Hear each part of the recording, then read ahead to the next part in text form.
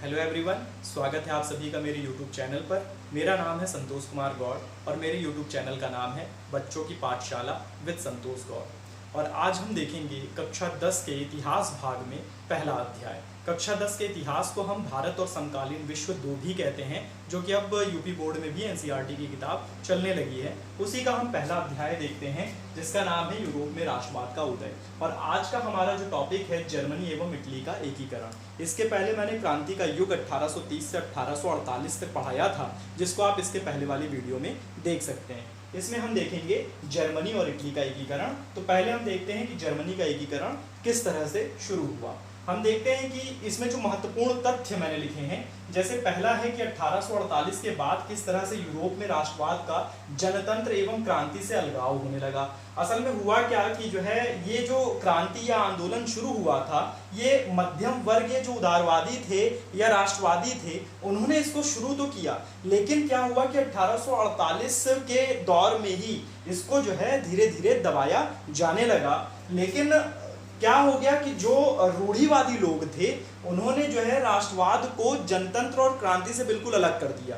ठीक है, वो राष्ट्रवाद को अपने तरीके से प्रयोग में लाने लगे। कैसे? रूढ़िवादियों द्वारा राज्य की सत्ता को बढ़ाने एवं पूरे यूरोप पर राजनीतिक प्रभुत्व हासिल करने के लिए अब राष्ट्रवादी भावनाओं का इस्तेमाल किया जाने लगा। उन्होंने क्या किया कि जनतंत्र और क्रांति से भाई पहले जो है जो उदारवादी थे मध्यम वर्ग के लोग, उन्होंने क्या किया था, राष्ट्रवाद को ही जनतांत्रिक संविधान से जोड़ करके देखा था। वो एक नए संविधान की मांग जो कर रहे थे, उसको उन्होंने राष्ट्रवाद से जोड़ दिया था। लेकिन रूढ़िवादी जो सत्ता थी, उन्होंने क्या किया कि इस जनतंत्र और क्रांति को राष्ट्रवाद से बिल्कुल अलग कर दिया। उन्हीं राष्ट्रवादी भावनाओं का इस्तेमाल वो राजनीतिक प्रभुत्व हासिल करने के लिए करने लगे। इसी प्रक्रिया के द्वारा जर्मनी एवं इटली का एकीकरण होना शुरू हो गया और इसी एकीकरण के चलते वो आगे चल करके एकीकृत राष्ट्र राज्य बने।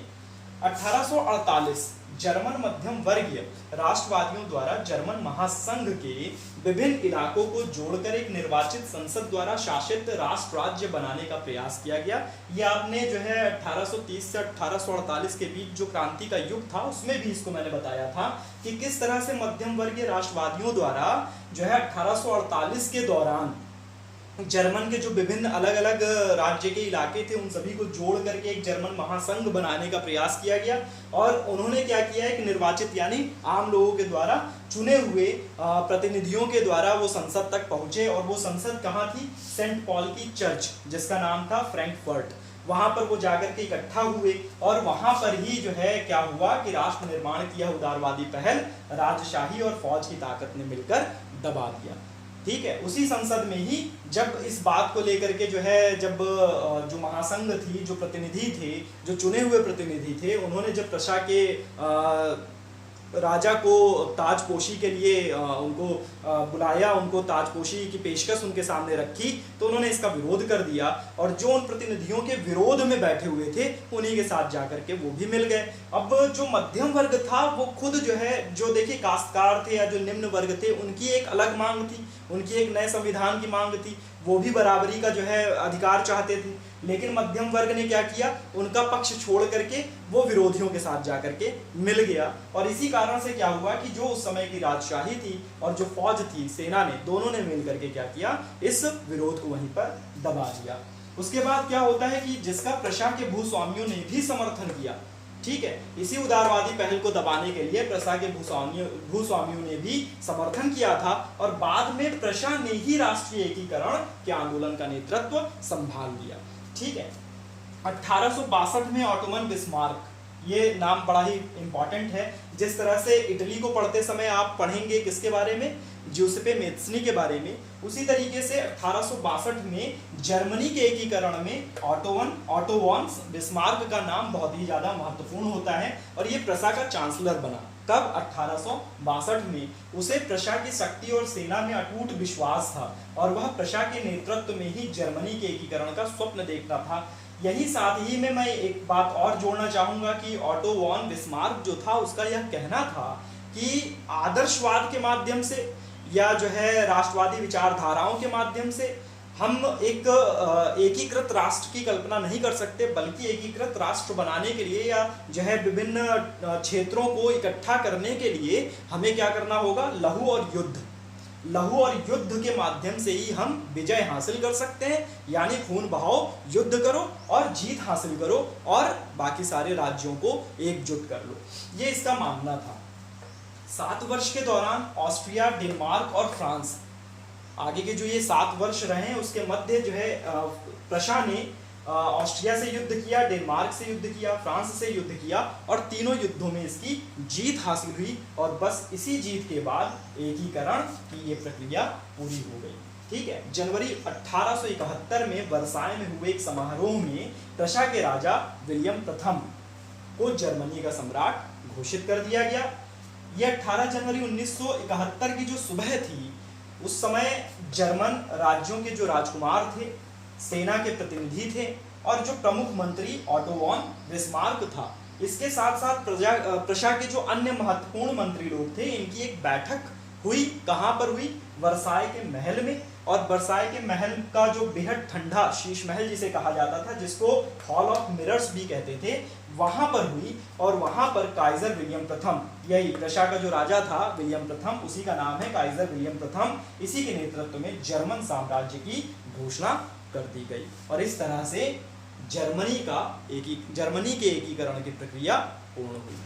तो अभी हमने ये देखा कि किस तरह से जर्मनी का एकीकरण ऑटो वॉन बिस्मार्क के नेतृत्व में हुआ। अब हम ये देखते हैं कि जर्मनी के एकीकरण का प्रभाव क्या पड़ा। तो देखिए कि जर्मनी में राष्ट्र निर्माण की जो प्रक्रिया थी, इसने प्रशा राज्य की शक्ति के प्रभुत्व को दर्शाया। ठीक है। जर्मनी के एकीकरण, जो जर्मनी राज्य का एकीकरण हुआ, वो असल में प्रशा का जो प्रमुख मंत्री था ऑटो वॉन बिस्मार्क, उसी के नेतृत्व में हुआ था। तो इससे एक तरह से जो है प्रशा राज्य की जो शक्ति थी, इसी का प्रभुत्व लोगों को नजर आया। साथ ही साथ नए राज्य ने जर्मनी की मुद्रा, बैंकिंग और कानूनी तथा न्यायिक व्यवस्थाओं के आधुनिकीकरण पर भी काफी जोर दिया। इसके साथ ही प्रशा द्वारा उठाए गए कदम और उसकी कार्यवाहियां बाकी जर्मनी के लिए एक मॉडल भी बन गया। तो इस तरीके से जो है जर्मनी का एकीकरण हुआ। और इसके बाद हम अब अगले टॉपिक में देखेंगे कि इटली का भी एकीकरण किस तरह से हुआ। तो अभी हमने देखा कि जर्मनी का एकीकरण किस तरह से हुआ। अब हम देखते हैं कि इटली का एकीकरण किस तरह से हुआ। तो इसमें हम देखते हैं कि जर्मनी की तरह इटली में भी राजनीतिक विखंडन का एक लंबा इतिहास था। ठीक है। इटली उस समय अनेक वंशानुगत राज्यों तथा बहुराष्ट्रीय हैब्सबर्ग साम्राज्य में बिखरा हुआ था। ठीक, वंशानुगत राज्यों में और बहुराष्ट्रीय हैब्सबर्ग साम्राज्य में बिखरा हुआ था।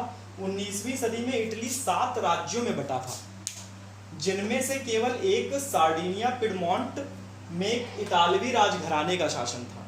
मतलब 7 राज्यों में से केवल एक राज्य ऐसा था जहां पर सार्डिनिया पिडमोंट के किसी इतालवी राजघराने का शासन था।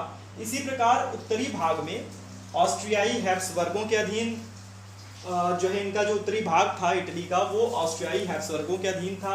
मध्य इलाकों पर पोप का शासन था और दक्षिणी क्षेत्र पर स्पेन के बूर्बो इन राजाओं के अधीन था दक्षिणी क्षेत्र। और 1830 के दशक में जुस्पे मेत्सनी का नाम आपने कई बार सुन लिया होगा। ये एक उदारवादी राष्ट्रवादी मध्यम वर्ग के क्रांतिकारी थे। जुस्पे मेत्सनी ने एकीकृत इतालवी गणराज्य के लिए एक सुविचारित कार्यक्रम प्रस्तुत करने की कोशिश करी। इन्होंने ही जो है यंग इटली, यंग यूरोप नामक एक गुप्त संगठन भी बनाया। लेकिन आगे चल करके 1848 के बाद इनके ये आंदोलन असफल रहे, जिसके कारण से क्या हुआ कि क्रांतिकारी आंदोलनों की असफलता से युद्ध के जरिए भाई जो आंदोलन किए गए, जब वो असफल हो गए तो उसके बाद अब ये निर्णय लिया गया कि आंदोलन से तो नहीं हो पा रहा, युद्ध के जरिए इतालवी राज्यों को जोड़ने की जो जिम्मेदारी थी वो सार्डिनिया पिडमोंट के शासक, जिसका नाम था विक्टर इमैनुएल द्वितीय, इनके ऊपर आ गई। ठीक है। और इन्हीं के जो मंत्री थे, मंत्री काबूर, जैसे वहां पर विलियम प्रथम जो शासक घोषित किए गए थे जर्मनी में, उनके जो मंत्री थे प्रशा के जो शासक थे, राजा थे, उनके जो मंत्री थे उनका नाम बिस्मार्क।